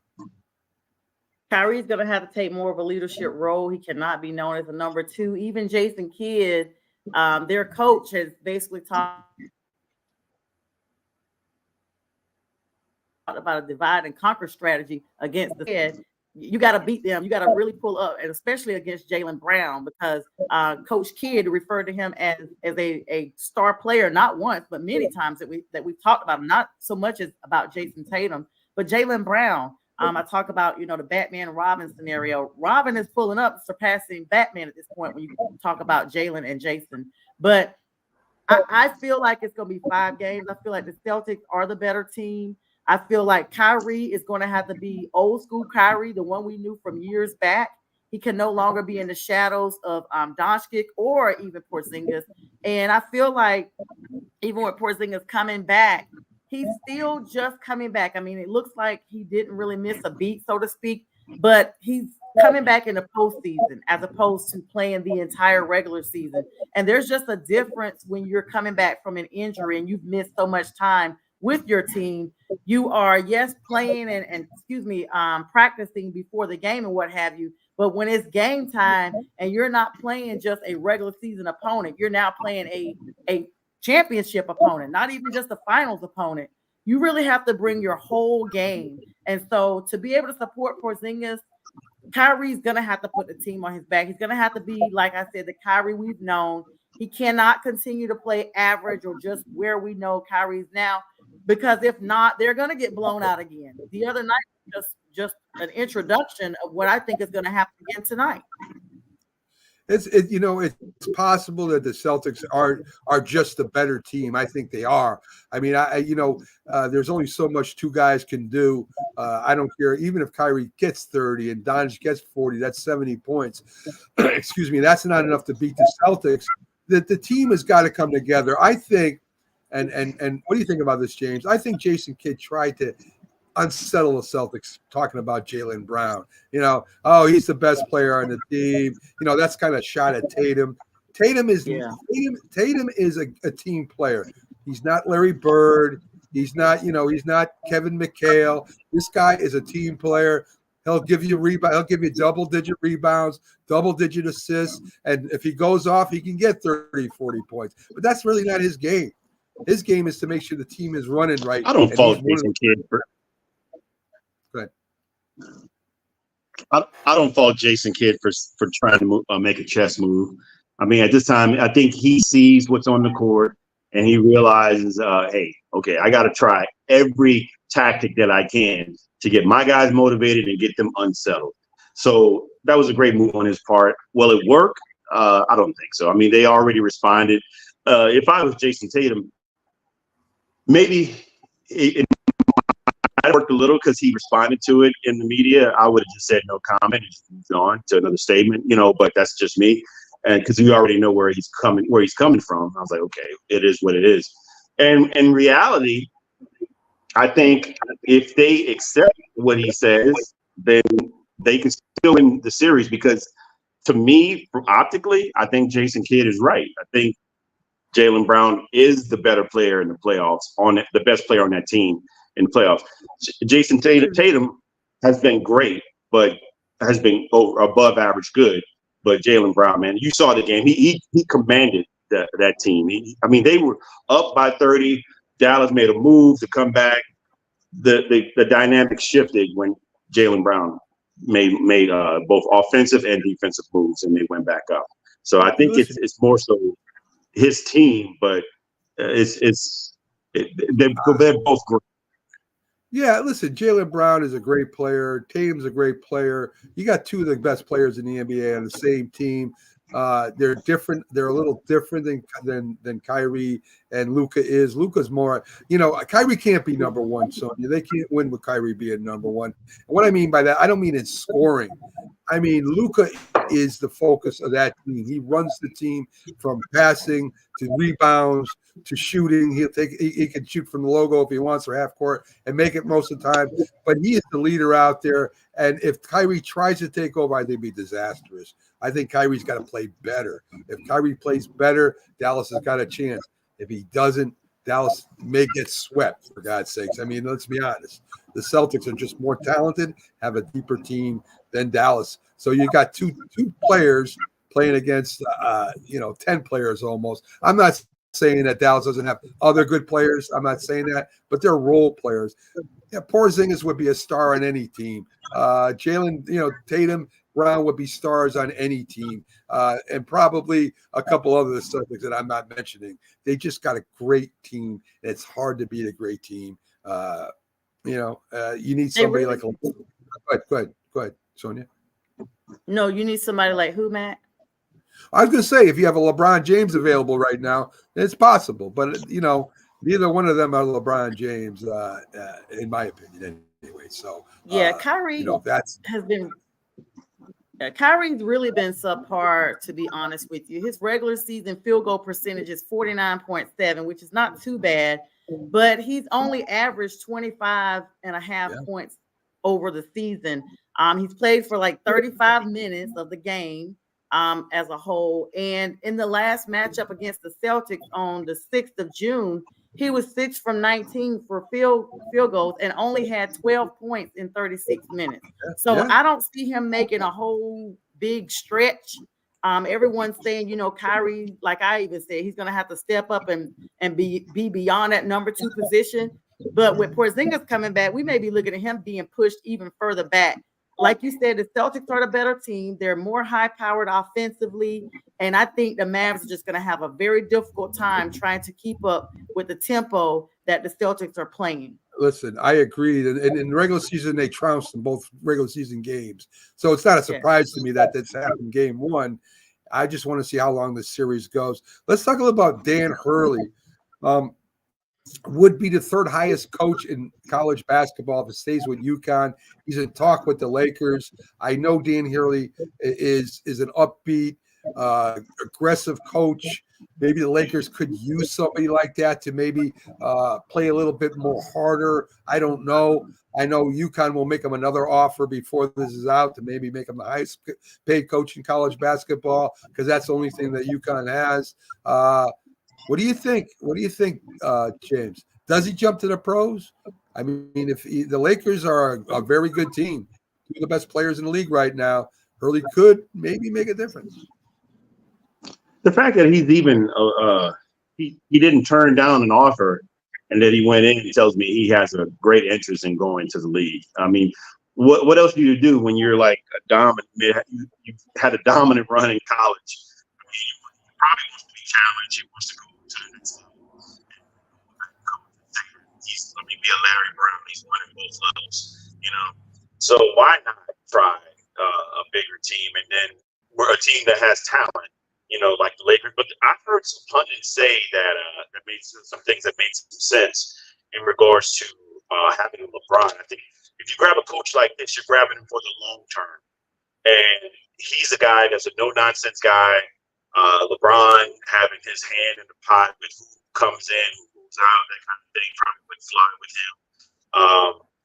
I think he'd be great for the Lakers. I think he brings a winning pedigree, and he's a no-nonsense guy. I just think that it probably would be more so like, from what I'm hearing, that made a lot of sense. It would be more so for the future and what they're looking for down the road, not with LeBron right now. But yeah, I think he could move forward and make some noise in the pros, given what he's done at the collegiate level. Yes, and I think this is what he's worked towards. He's worked towards this. I mean, he started out as a high school assistant coach in the mid 90s, then moved up to a college in the late 90s, Rutgers. Then he was at another prep school for like 9 years, and then another lower caliber school, then Rhode Island. And we only saw his professional or semi-professional, when you talk about college, the big names, at UConn in 2018.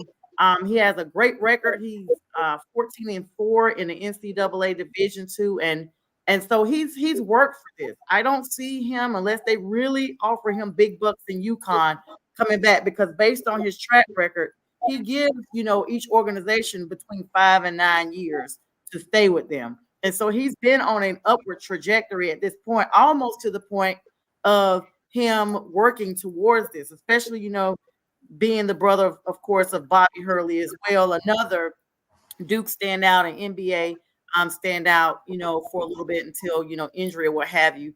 And so this is what he's worked on. I would not be surprised to see him take this opportunity. And like James said, why sit down and even, talk about it if you're not at least considering it?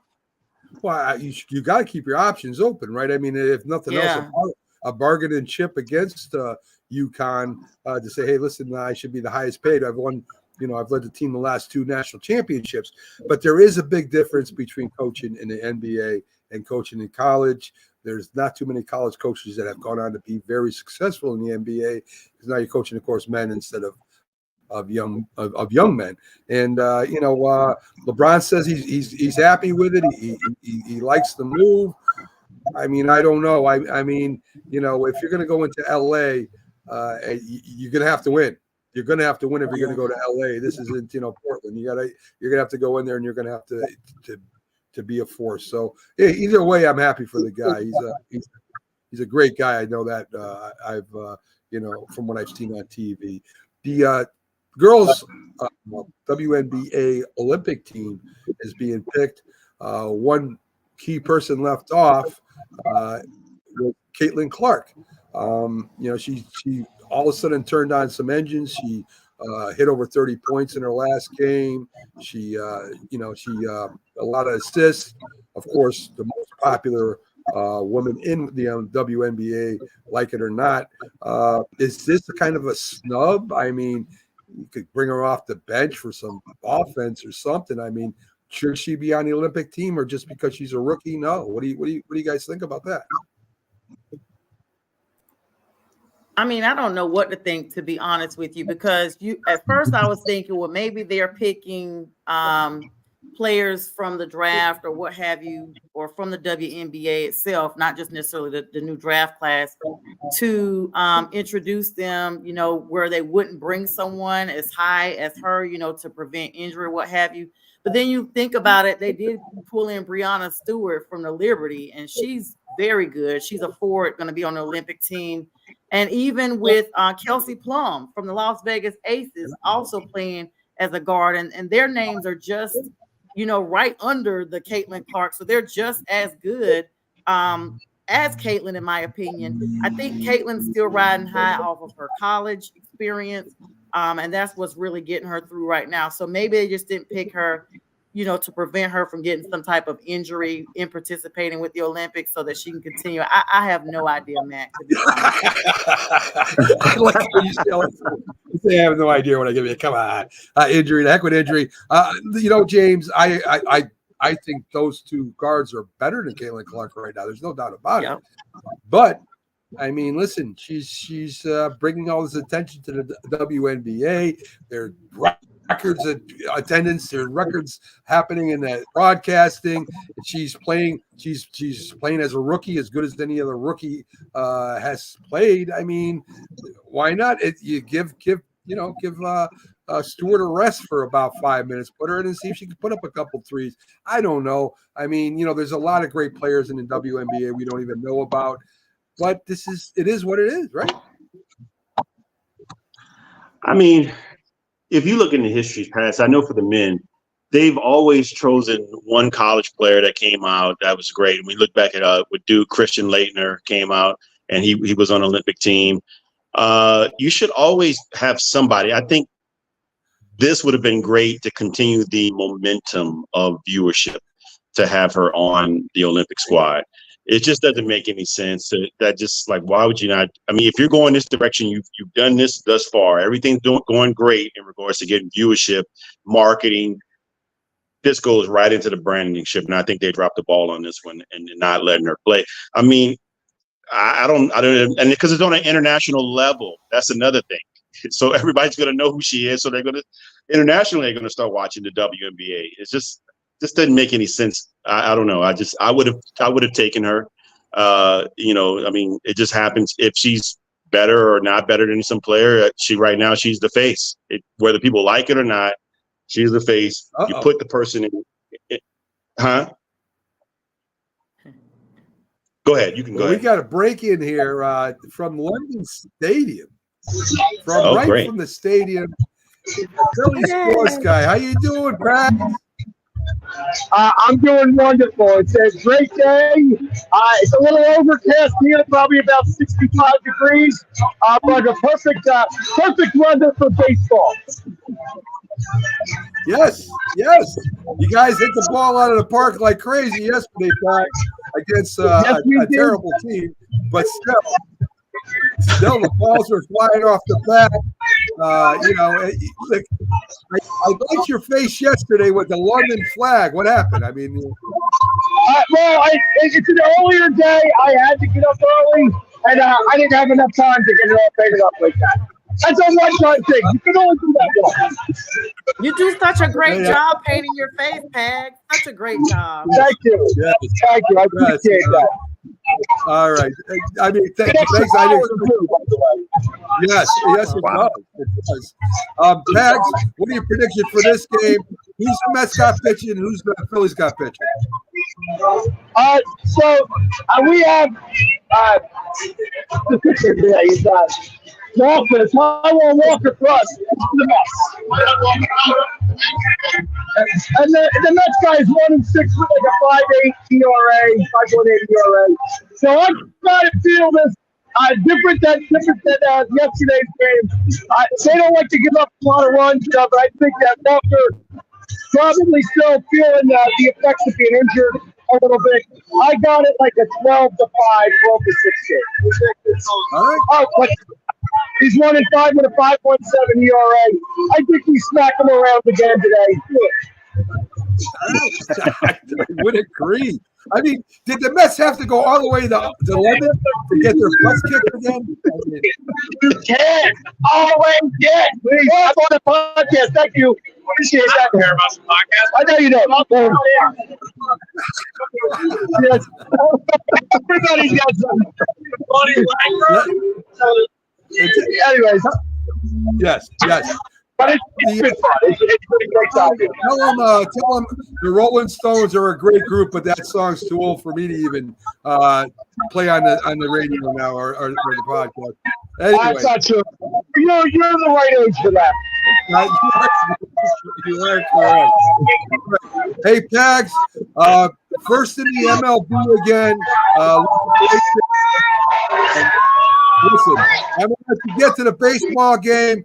I appreciate you stopping in. Love having you as always. And good luck today. keep on beating the Mets, would you please? I appreciate it, guys. Sorry I was a little late, but obviously it's busy today. So, I hear Enjoy the game. Have a Take great care, one. guys. Okay, Pax, good to see you, buddy. There you go. The Philly sports guy comes in from London for me. I mean, that guy is something else. And, he does all our appearances. He does the draft for us. He does a lot of things and he reports for us. So it didn't shock me that he came in, but, it's got to be a little rough over there in London right now. But, trying to get to your seat and all that good stuff. First time Phillies and the Mets played in London anyway, a series. It's good to see baseball over there too. The NFL does it a lot. The NBA, not as much as it used to, but it's good to see baseball over there too, right? So that was pretty cool. So now I got to go back to my notes again. I don't know where the hell I'm at. Okay, boxing. Let's go to boxing real quick. 4-division world champion Irian the Problem Broner. That's his nickname, The Problem. Lost to Blair the Flair Cobbs. Sounds like I'm doing wrestling right now. He got his mouthpiece and his tooth knocked out of his head in the second round. Pretty much that was it.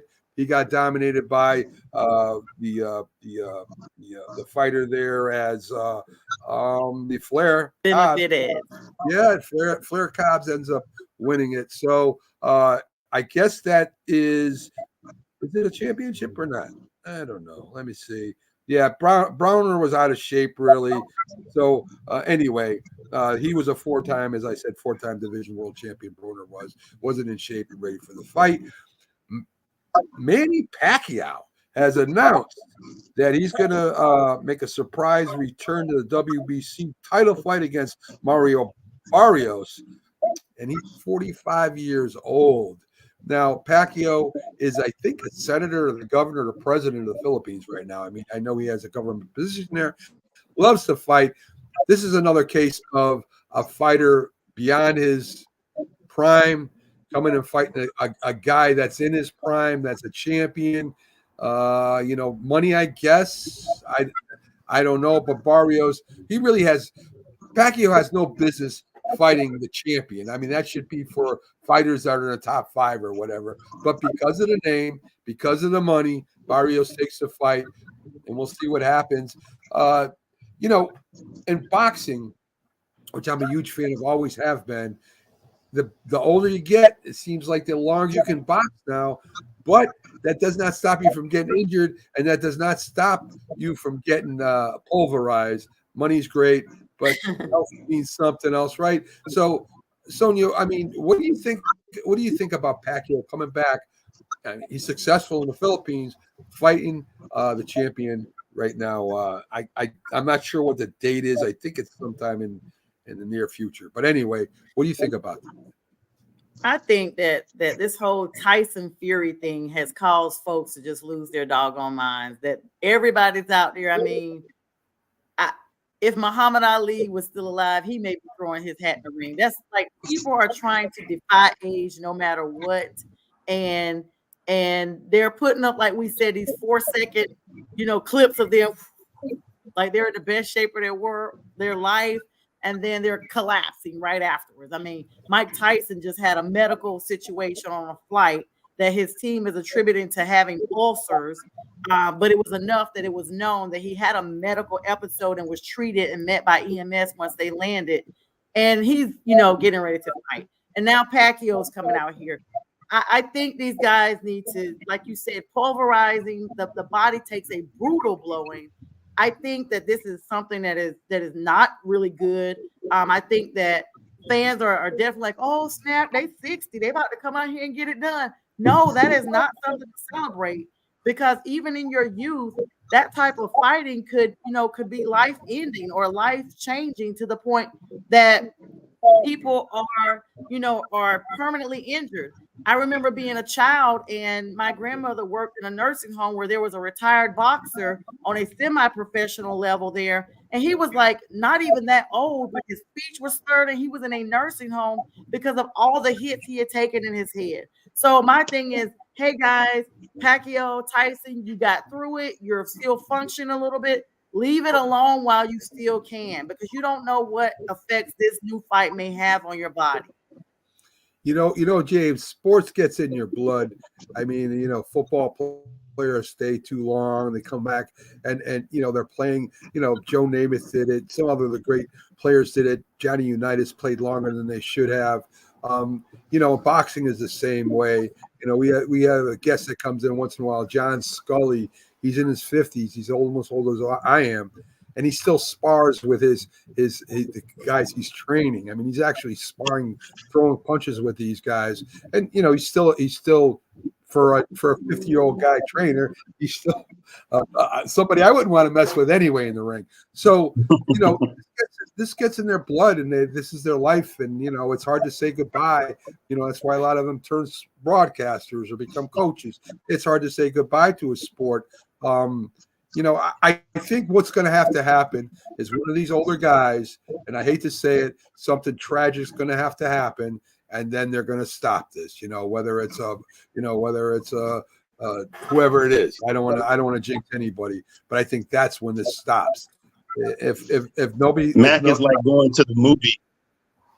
It's like going to the movie Rocky IV, when Apollo said, "You think you're changing. You can't change who you are. You got to kill an instinct inside you that doesn't want to go away." And then, of course, he gets pulverized and killed by Ivan Drago later on in the movie. My thing is, in regards to this, it's hard to turn off. I agree with what was said in that movie, because it's the element of it. Even myself at the lower level in sports, you still want to do things. You live vicariously through the guys in sports when you want to see. Because you used to do those things. Your body is physically unable to do those things they used to do, but mentally and in your heart, it's still in you. So I can only imagine at that level that those guys reached a pinnacle that they've done, winning championships, being on top of the world, and having to go over the hill at some point and not do what they used to do, still having that element. And also you have to look at it from an aspect of promoting. Who's promoting these things? That maybe they're putting in their ear, these guys are coming out fighting again. They drawing in because of the big names. Right. They're getting a lot of money. So these guys, so why not try to at least get that one last big pot for my retirement, 30, 40 million, 50, 60 million dollars. And even if I lose, I win or draw, I'm just going to take this, and we're all going to capitalize from it. But at what point don't you say it's just like, okay, this is boxing. I've already probably taken some damage towards the end of my career, especially a guy like Deontay Wilder, lost 4 of his last 5, and probably his mom even came complete and said, you should retire. He's probably going to want to fight again. And he probably doesn't have it anymore. He's lost a step. So a guy like Manny Pacquiao doing this, I would think that he's probably doing this just to get that one last bag. And again, 45, man, that hurts my feelings. I'm 49, and I know I couldn't get in the ring with nobody. I probably couldn't get in the ring with anybody at 28. But it's just it's something that, go ahead. I'm sorry. It's something that I guess that they all deal with, right? All these retired. Joe Louis fought Rocky Marciano for the championship. Joe Louis was no match for Rocky Marciano at that time. In his prime, Joe Louis might have beat Marciano, but at that time, because he was poor, and at that time he needed the money. Marciano did not want to fight Joe Louis. The only reason why he did was because Joe Louis was poor, and by fighting him, gave him some money. And that's the only reason why he fought him. He really felt bad about fighting the guy. Of course, you get in the ring, you got to do what you got to do.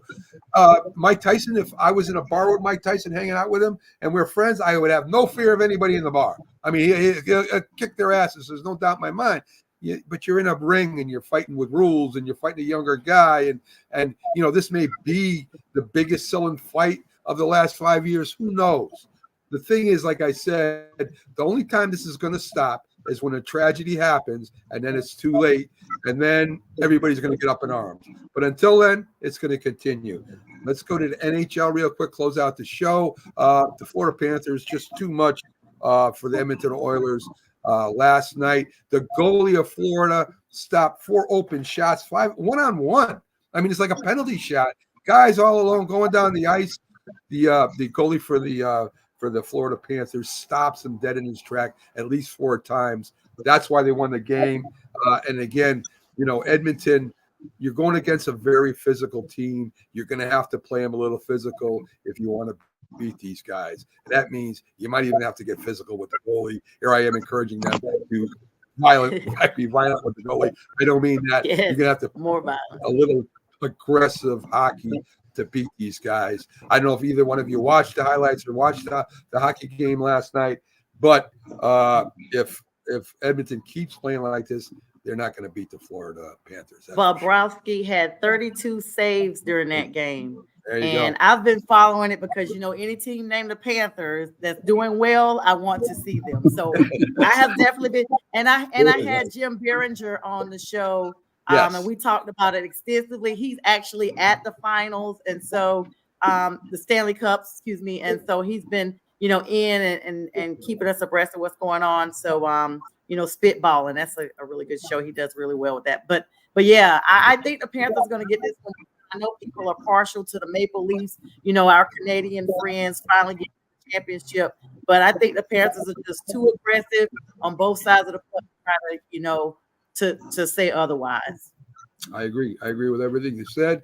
And, again, Canada hasn't been hasn't won a Stanley Cup in a long time. Right. That kind of gives me a little egg. I hope Canada wins. Because it's not the Rangers, Islanders, the Bruins, or the Flyers, or any team from around here. But I don't know, James. I shouldn't feel sorry for Canada. They probably got it a little better than we do. But anyway, that will be it for today. Unless you guys got anything else before we go, I want to thank. I have one thing. What, Sonia? Lay it on me. What do you got? I had the breaking news about Garcia being arrested yesterday for vandalism. The boxer. He vandalized a hotel over $400 in Beverly Hills, $400 worth of damage, which makes it a felony in California. He had the public intoxication issue in April, so he may be facing charges from that.